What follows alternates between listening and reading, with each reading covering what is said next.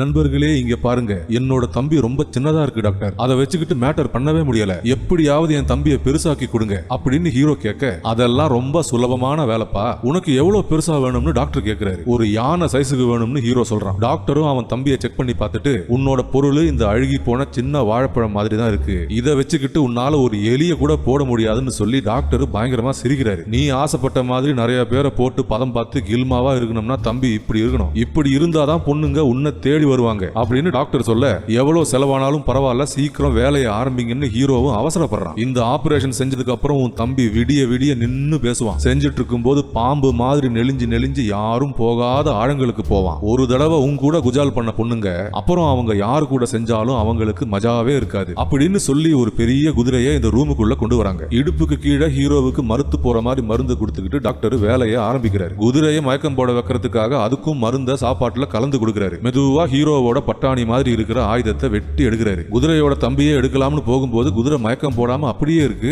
இன்னும் ஒரு நிமிஷத்துல குதிரை தம்பியை எடுத்து உனக்கு ஒட்ட வைக்கலனா உன் உயிருக்கே ஆபத்துன்னு டாக்டர் மிரட்டுறாரு. இந்த குதிரை இன்னைக்கு மயக்கம் போடுற மாதிரி தெரியல, நம்ம வேலையை திரும்பவும் நாளைக்கு ஆரம்பிக்கலாம், அது வரைக்கும் உன் தம்பி உன்கிட்டயே இருக்கட்டும், இல்லனா நீ செத்துருவ, அதை திரும்பவும் ஒட்ட வச்சு தரேன்னு டாக்டர் சொல்றாரு. தெரியாம அவரோட கைப்பட்டு ஹீரோவோட தம்பி தரையில வந்து விழுது. உடனே டாக்டரோட நாய் வந்து ஹீரோவோட பொருளை அப்படியே சாப்பிட ஆரம்பிக்குது. அதை நாயோட வாயிலிருந்து எடுக்கிறதுக்காக ரொம்ப முயற்சி பண்றாங்க. முக்காவாசியும் நாய் சாப்பிட்டு மிச்சம் இருக்கிற கால்வாசி மட்டும் தான் கிடைக்குது. ஐயோ என்ன மன்னிச்சிருப்பா, எல்லாமே சொதப்பிக்கிச்சு, என்ன பண்றதுன்னு தெரியல, இன்னும் ஒரு நிமிஷத்துக்குள்ள ஏதாவது ஒரு தம்பியை எடுத்து உனக்கு ஒட்ட வைக்கலன்னா நீ செத்து போயிடுவ அப்படின்னு டாக்டர் சொல்ல, இதெல்லாம் கேட்டு ஹீரோவும் அப்படியே மிரண்டு போறான். ஐயோ நான் சாக போறேன் அப்படின்னு ஹீரோ அழும்போது அந்த குதிரை அப்படியே மயக்கம் போட்டு விழுது. டாக்டரோட அசிஸ்டன்ட் குதிரையோட தம்பியை வெற்றிகரமா எடுக்கிறான். அதை எடுத்து ஹீரோவுக்கு வச்சு வேக வேகமா வேலையை செய்யறாங்க. குதிரையோட தம்பியை உனக்கு வச்சாச்சு, ஒரு வாரம் நீ மேட்டர்லாம் போடக்கூடாது, ஒரு வாரம் ரெஸ்ட் எடுக்கணும் அப்படின்னு டாக்டர் சொல்றாரு. ஒரு வாரத்துக்கு அப்புறம் ஹீரோ கண்ணா பின்னான்னு மேட்டர் பண்ணி வெளுத்து வாங்க ஆரம்பிக்கிறான். உன் தம்பி சின்னதா இருக்குன்னு கிண்டல் பண்ண எல்லா பொண்ணுங்களையும் அட்டவணை போட்டு தூக்குறான். அனகொண்டா மாதிரி இருக்கிற ஆயுதத்தை பார்த்து எல்லாரும் துண்டக்கானும் துணியக்கானும்னு ஓடுறாங்க. அந்த டாக்டர் சொன்ன மாதிரியே அந்த ஊர்ல இருக்கிற பொண்ணுங்க எல்லாம் இவனை தேடி வர ஆரம்பிக்கிறாங்க. அதுல முரட்டு குத்து வாங்க அப்படியே லைன்ல நிக்கிறாங்க. அவனை தேடி வரவங்களை ரொம்ப சந்தோஷப்படுத்தி அனுப்புறான். இவன் கூட மஜாவா இருக்கணும்னு எல்லா பொண்ணுங்களும் ஏங்குறத பார்த்து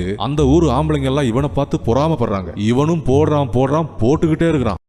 ஆனா ஒரு மாசத்துக்கு முன்னாடி வரைக்கும் ஹீரோவோட வாழ்க்கை ரொம்ப கேவலமா இருந்தது. மேட்டர் பண்றதுக்காக இவன் ரொம்ப ஏங்கி இருக்கிறான். அதை எல்லாத்தையும் ஒரு பிளாஷ்பேக் மாதிரி யோசிச்சு பாக்குறான். இவங்க தான் படத்தோட ஹீரோயின். இவங்க பேரு சிங்கி முண்டை சிங்கி. இவங்களுக்கும் ஹீரோவுக்கும் கல்யாணம் நடக்குது. இவன் பாக்குறதுக்கு வாட்ட சாட்டமா உயரமா இருக்கிறான். இவன் கூட கல்யாண வாழ்க்கை ரொம்ப கில்மாவா மஜாவா இருக்கும்னு நம்பிக்கிட்டு ஹீரோயினும் கல்யாணத்துக்கு ஒத்துக்கிறான். ஆனா இவன் தம்பி பட்டாணி மாதிரி இருக்கும், அதை வச்சுக்கிட்டு ஒண்ணுமே பண்ண முடியாதுன்னு இனிமே தான் இவன் தெரிஞ்சுக்க போறான். ஃபர்ஸ்ட் நைட்ல ஹீரோவுக்கு ஒரே டென்ஷன். நம்ம ஆயுதத்தை வச்சுக்கிட்டு ஒரு எலிய கூட போட முடியாது, இந்த மெழுகு சிலையை என்ன பண்ண போறோம்னு அவனுக்கு ஒண்ணுமே புரியல. அவன் தம்பியை வச்சு அங்க தேய்ச்சு சின்னதா ஒரு மேட்டர் பண்றான். 2 நிமிஷத்துல சுண்ணாம்பு அவுட் பண்ணிட்டு அப்படியே படுத்து தூங்கிடுறான். இதெல்லாம் பார்த்து ஹீரோயின் அப்படியே மனசுடைஞ்சு போறான். ஐயோ நம்ம வாழ்க்கையே போயிடுச்சே அப்படின்னு வெளியே காமிச்சுக்காம மனசுக்குள்ளேயே அழுகுறான். ஹீரோவும் அவனுக்கு தெரிஞ்ச எல்லாத்தையும் செஞ்சு பாக்குறான். ஆனா 2 நிமிஷத்துக்கு மேல அவனால ஷாட் போடவே முடியல. அவன் தம்பியை பார்க்கும்போது ஹீரோயினுக்கு பயங்கர எரிச்சலா வரும். இந்த மொட்டை பையனை ஏண்டா கல்யாணம் பண்ணோன்னு சில சமயம் அப்படியே தலையில அடிச்சுப்பா. ஆனா புருஷன் கவலைப்படாம இருக்கிறதுக்காக அவளோட சோகத்தையும் எரிச்சலையும் வெளியே காமிச்சுக்கவே மாட்டா. நம்ம ஹீரோ அந்த ஊர்லயே ஒரு பெரிய பெயிண்டர். அவங்க நாட்டு ராஜா ஒரு வேலை விஷயமா அவரோட அரண்மனைக்கு இவனை கூப்பிடுறாரு. இந்த ராஜா ஒரு ரொம்ப பெரிய மேட்டர் வெறியன். கில்மா பண்ணி என்ஜாய் பண்றதுக்காக இவனோட அரண்மனையில ஆயிரக்கணக்கான பொண்ணுங்க இருக்காங்க. இந்த ராஜா புதுசா ஒரு பெயிண்டிங் ஒன்னு வாங்கியிருக்காரு. ரொம்ப காஸ்ட்லியான ஒரு பெயிண்டிங். அது உண்மையான பெயிண்டிங்கா போலியான பெயிண்டிங்கான்னு செக் பண்றதுக்காக தான் ஹீரோவை வர சொல்லியிருக்காரு. அந்த பெயிண்டிங்கை ஹீரோ ரொம்ப புத்திசாலித்தனமா செக் பண்ணிட்டு இது ஒரு போலியான பெயிண்டிங்னு சொல்ல,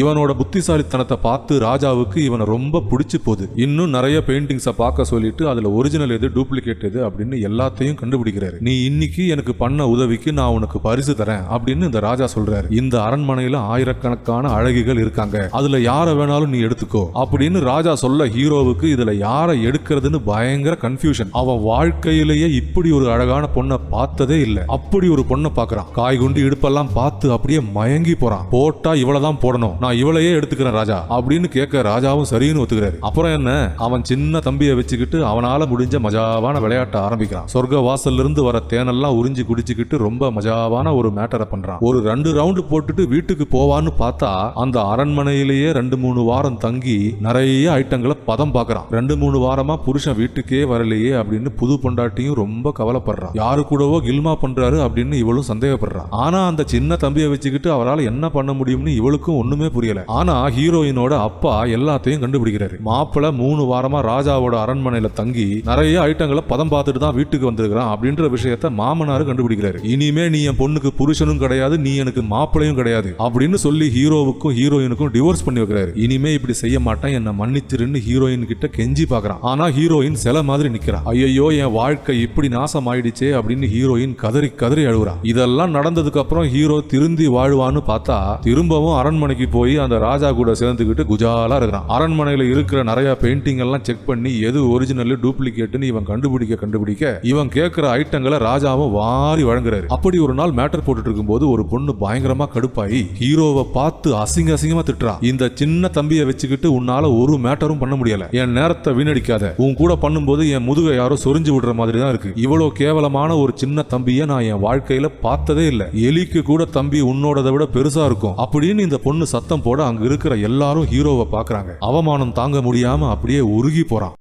எல்லார் முன்னாடியும் அந்த பொண்ணு அப்படி சத்தம் போட்டதும் ஹீரோவுக்கு பயங்கர அசிங்கமா போகுது. இவன் தம்பி ரொம்ப சின்னது அப்படின்னு அங்க இருக்கிற எல்லா பொண்ணுங்களும் ஹீரோவை பார்த்து சிரிக்கிறாங்க. ஒரு ஆம்பளைக்கு இதை விட அசிங்கம் வேற என்ன வேணும்? ஒரே நேரத்துல 50-60 பொண்ணுங்க உங்களை பார்த்து உங்க தம்பி ரொம்ப சின்னதா இருக்கு அப்படின்னு கிண்டல் பண்ணி சிரிச்சா உங்களுக்கு எப்படி இருக்கும்? அந்த அவமானத்துல ஹீரோ அப்படியே உருகி போறான். அந்த அசிங்கம் பத்தலன்னு இந்த ராஜா வந்து அவன் தம்பியை காமிக்கிறான். அது அனகோண்டா மாதிரி இருக்கு, பொருள்லாம் இப்படி இருக்கணும், உன் தம்பி பட்டாணி மாதிரி இருக்கு, அதை வச்சுட்டு நீ என்ன புடுங்க போற அப்படின்னு எல்லாரும் முன்னாடி இவனும் அசிங்கப்படுத்துறான். நீ போட்ட ஐட்டத்தை நான் இப்ப எப்படி போடுறேன்னு பாரு, மேட்டர் போட்டா இப்படி போடணும் அப்படின்னு சொல்லி ஒரு பெரிய சங்கிலியில தொங்கிக்கிட்டு ஸ்பைடர்மேன் மாதிரி மேட்டர் பண்றான். இதெல்லாம் பார்த்து ஹீரோ அப்படியே மிரண்டு போறான். ஒரே கையில 2 பேரோட வெயிட்டையும் தாங்கிக்கிட்டு தொங்கிக்கிட்டே மேட்டர் பண்றானே, இதெல்லாம் நம்ம எப்ப பண்றது அப்படின்னு வியந்து போறான். இந்த ஐட்டத்தை உன்னால சந்தோஷப்படுத்த முடியல, அதனாலதான் அவ அப்படி பேசினா, இப்ப என்கிட்ட குத்து வாங்கும் போது எப்படி துடிக்கிறான்னு பாரு அப்படின்னு சொல்லி ஹீரோ முன்னாடியே வச்சு வெளுத்து வாங்குறான். அதெல்லாம் பார்க்க ஹீரோவுக்கு அப்படியே அசிங்கமா இருக்கு. மேட்டர்னா இப்படி இருக்கணும், இன்னும் 4 நாளைக்கு எழுந்திருக்க மாட்டான், இப்படி பண்ண உன்னால முடியுமா?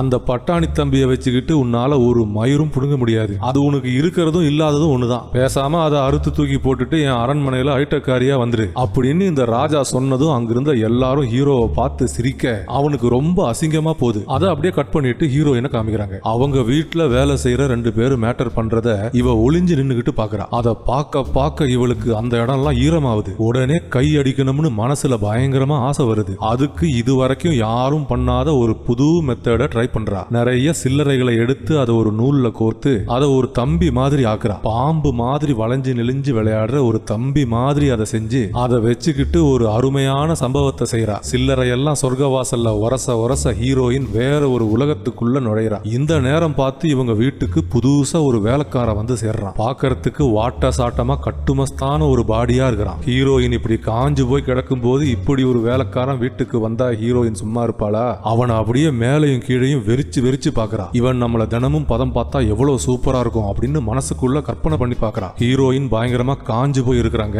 அவங்க புருஷனும் வீட்டுல இல்ல, அவங்கள மேட்டர் பண்ணி சந்தோஷப்படுத்துறதுக்கு யாருமே இல்ல அப்படின்னு இந்த வேலைக்காரனும் புரிஞ்சுக்கிறான். அவனை பார்க்க இவளுக்குள்ள ஏதோ பண்ணுது. கண்ட இடத்துல எல்லாம் பட்டாம்பூச்சி பறக்கிற மாதிரி இவளுக்குள்ள ஒரு ஃபீலிங். சொர்க்க வாசல்ல இருந்து வாட்டர் ஃபால்ஸ் மாதிரி தேன் சுரக்க ஆரம்பிக்குது. ஹீரோயின் கொஞ்சம் காசை எடுத்து இந்த வேலைக்காரனுக்கு கிஃப்டா கொடுக்குறா. இது எந்த காசுன்னா கொஞ்ச நேரத்துக்கு முன்னாடி இவ கையடிக்கிறதுக்காக யூஸ் பண்ண அந்த சில்லறை. இந்த சில்லறை ஃபுல்லா நனைஞ்சிருக்கு, பிசுபிசுன்னு இருக்கு. அதுல இருந்து ஒரு முடியும் கிடைக்குது இந்த வேலைக்காரனுக்கு. முதலாளி அம்மா கில்மா பண்றதுக்காக நமக்கு நல்லா சிக்னல் கொடுக்குறாங்க அப்படின்னு இவனும் புரிஞ்சுக்கிறான். அந்த முடியை அப்படியே கையில எடுத்து பாக்குறான். அந்த சில்லறையில கொஞ்ச நேரத்துக்கு முன்னாடி வந்த மன்மத தேனோட வாசனை அப்படியே இருக்கு. வேலைக்கு வந்த இடத்துல இப்படி ஒரு மெழுகு சிலை மாதிரி ஒரு தேவதை நமக்கு கிடைப்பான்னு அந்த வேலைக்காரன் அவன் கனவுல கூட நினைச்சு பார்க்கல. அன்னைக்கு நைட்டு குளிக்கிறதுக்காக ஹீரோயின் ஒரு பாத்டப்ல இறங்குறான். தண்ணியில நிறைய ரோஜா பூ எல்லாம் போட்டு ரொம்ப கில்மா மூடுல இருக்கிறான். எவனாவது என்ன பதம் பார்க்க மாட்டானா அப்படின்னு இவ ஏங்கி மெதுவா விரல் வித்தைய செய்ய ஆரம்பிக்கிறான். அதை எல்லாத்தையும் பின்னாடி நின்னுகிட்டு ஒளிஞ்சிருந்துகிட்டு இந்த வேலைக்காரனும் பாக்குறான். இதுதான்டா சான்ஸுங்க அம்மாலன்னு தண்ணியில டக்குன்னு எகிரி குதிக்கிறான். அப்புறம் என்ன,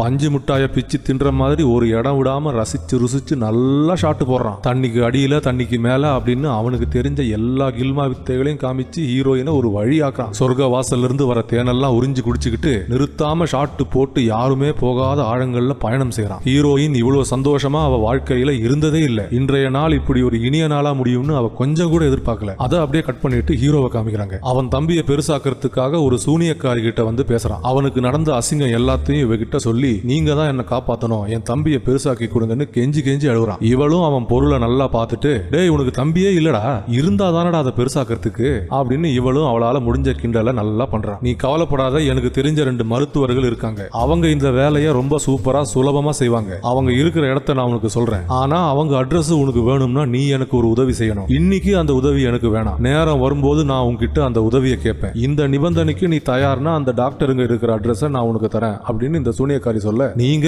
எந்த உதவி கேட்டாலும் நான் செய்வேன். அந்த டாக்டருங்க எங்க இருக்காங்க, அவங்க அட்ரஸை கொடுங்க அப்படின்னு இவன் கேட்க இந்த சூனியக்காரியும் அந்த அட்ரஸை கொடுக்குறான். ஹீரோ அதை வாங்கிக்கிட்டு அந்த மருத்துவர்கள் இருக்கிற இடத்துக்கு போறான்.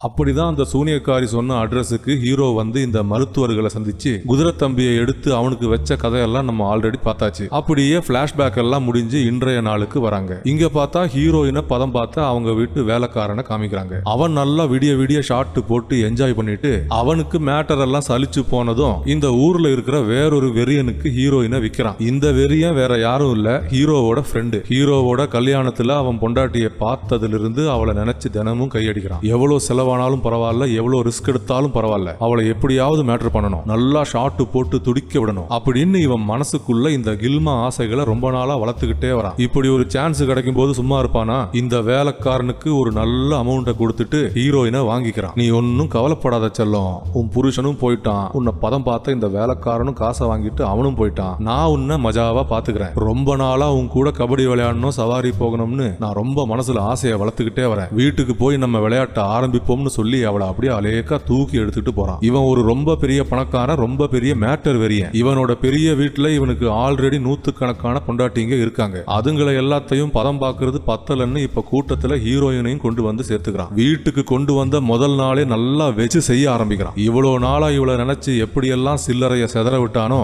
அது மாதிரி எல்லாம் செஞ்சு ரொம்ப மஜாவா இருக்கிறான். இப்படி ஒரு வெறியங்கிட்ட வந்து மாட்டுவேன்னு ஹீரோயின் கனவுல கூட நினைச்சு பார்க்கல. ராத்திரி பகலா தூங்க விடாம போட்டு பிரிச்சு மேயறான். முன்னாடி பின்னாடி வாயில நிக்க வச்சு குனிய வச்சு அப்படின்னு ஒரு ஐட்டத்தை கூட விடாம அவன் லிஸ்ட்ல இருக்கிற எல்லாத்தையும் செஞ்சு அடிச்சு ஊத்துறான். மத்த பொண்டாட்டிங்க எல்லாரையும் கூப்பிட்டு லைனா நிக்க வச்சு அவங்க முன்னாடியே நல்லா ஷாட் போட்டு வெளுத்து வாங்குறான். ஹீரோயினும் ரொம்ப புத்திசாலி. எந்த மேட்டர் வெறியங்கிட்ட சிக்கினாலும் பொழைக்க தெரிஞ்ச ஒரு ஐட்டம். நம்ம எல்லாருமே சேர்ந்து நம்ம புருஷனை சந்தோஷப்படுத்தலாம்னு சொல்லி எல்லா பொண்டாட்டிகளையும் கூப்பிடுறான். அதுக்கப்புறம் இவங்க எல்லாருமே சேர்ந்து செஞ்ச ஒரு மேட்டர் இருக்கே, ஐயோ வார்த்தைகளால விவரிக்க முடியாத ஒரு புது சம்பவம். அதை அப்படியே கட் பண்ணிட்டு ஹீரோவை காமிக்கிறாங்க. இந்த சூனியக்காரி ஹீரோ கிட்ட வந்து பேசுறான். குதிரை தம்பியை உனக்கு வைக்கிறதுக்கு முன்னாடி நான் ஒரு கண்டிஷன் போட்ட ஞாபகம் இருக்கா? நான் என்னைக்காவது ஒரு நாள் உங்ககிட்ட உதவி கேட்பேன்னு சொன்னேன். அந்த நாள் வந்துடுச்சு. அந்த ராஜாவோட அரண்மனையில ரொம்ப காஸ்ட்லியான ஒரு கல்வெட்டு ஒண்ணு இருக்கு. அதை நீ எப்படியாவது ஆட்டைய போட்டு அதை என்கிட்ட கொண்டு வந்து கொடுக்கணும். இதை நீ செய்யலனா உன்னோட குதிரை தம்பி நொர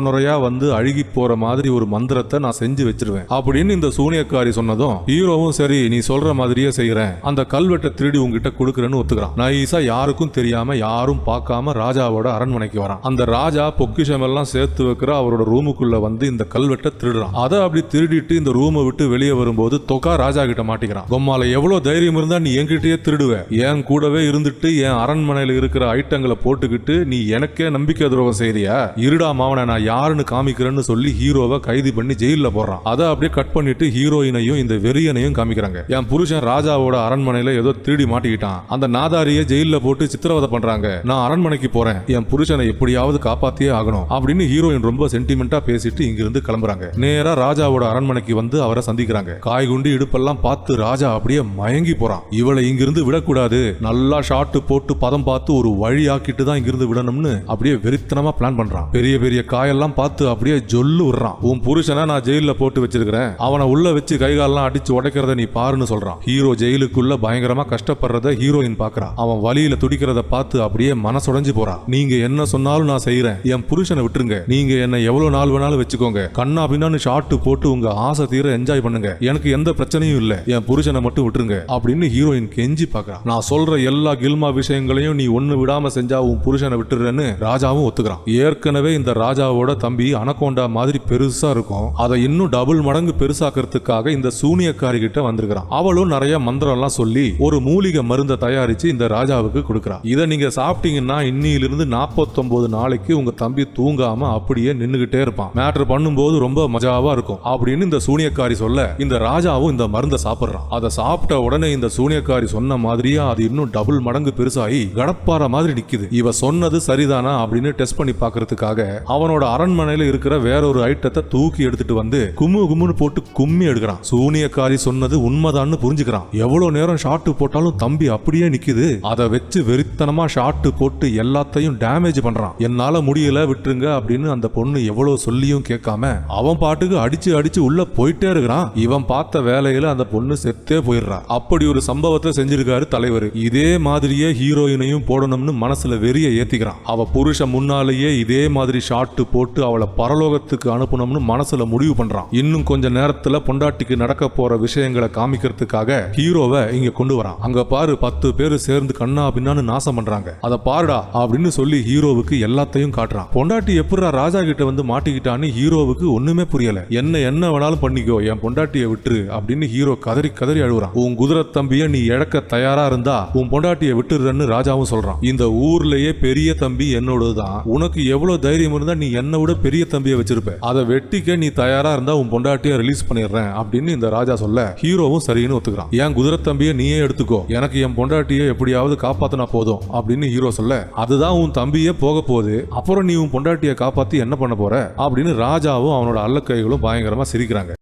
அதுக்கப்புறம் ஹீரோவோட தம்பியை வெட்டுறதுக்கு எல்லாத்தையும் ரெடி பண்றாங்க. ஐயோ உங்க தம்பியை வெட்ட போறாங்களே அப்படின்னு பொண்டாட்டியும் கதறி அழுகுறா. ஹீரோவுக்கு குதிரை தம்பியை ஒட்ட வச்ச அதே டாக்டர்ஸை தான் இந்த வேலைக்கும் கூப்பிட்டுருக்காங்க. ரொம்ப கஷ்டப்பட்டு அந்த தம்பியை அன்னைக்கு ஒட்டணும், இப்ப அதை வெட்ட சொல்றீங்களே அப்படின்னு இவனுங்களும் மனசே இல்லாம இந்த வேலையை ஆரம்பிக்கிறாங்க. இந்த ராஜா சொன்ன மாதிரியே ஹீரோவோட தம்பியை வெட்டுறாங்க. தனியா கழட்டி எடுத்து தூர வீசுறாங்க. தம்பியை வெட்டிக்கிட்டா பொண்டாட்டியை விட்டுறன்னு சொன்னல, அவளை இங்கிருந்து ரிலீஸ் பண்ணு அப்படின்னு ஹீரோ சொல்ல ராஜா சொல்றான் அதெல்லாம் நான் சும்மா சொன்னேன், இப்போ உன் கண் எதிர்க்கவே அவளை என்ன பண்றேன்னு பாரு அப்படின்னு சொல்லி வெறிய ஏத்திக்கிட்டு கண்ணா பின்னான்னு மேட்டர் பண்ண ஆரம்பிக்கிறான். இவன் வேற அந்த கில்மா மாத்திரைய சாப்பிட்டு இருக்கிறதால தம்பி கடப்பாற மாதிரி நட்டுக்கிட்டு இருக்கு. அதை வச்சு கண்ணா பின்னான்னு ஷாட் போட்டு வெளுத்து வாங்குறான். அசைய விடாம கட்டி போட்டு அடிச்சு நல்லா ஆழமா இறங்குறான். டேய் அவளை விட்டுறா, அவ அதெல்லாம் தாங்க மாட்டா, என்ன வேணாலும் பண்ணிக்கோ, அவளை விட்டுரு அப்படின்னு ஹீரோ கதறி அழுகுறான். பொண்டாட்டிய வெளுத்து வாங்குறத ஹீரோ ஒண்ணு விடாம பாக்குறான். ஹீரோ இதெல்லாம் பார்க்கும்போது இந்த ராஜாவுக்கு இன்னும் பயங்கரமா மூடாவுது. அவனை பார்த்து சிரிச்சுக்கிட்டே அவன் வேகத்தை அதிகரிச்சு பள்ளத்தாக்குகள்ல ரொம்ப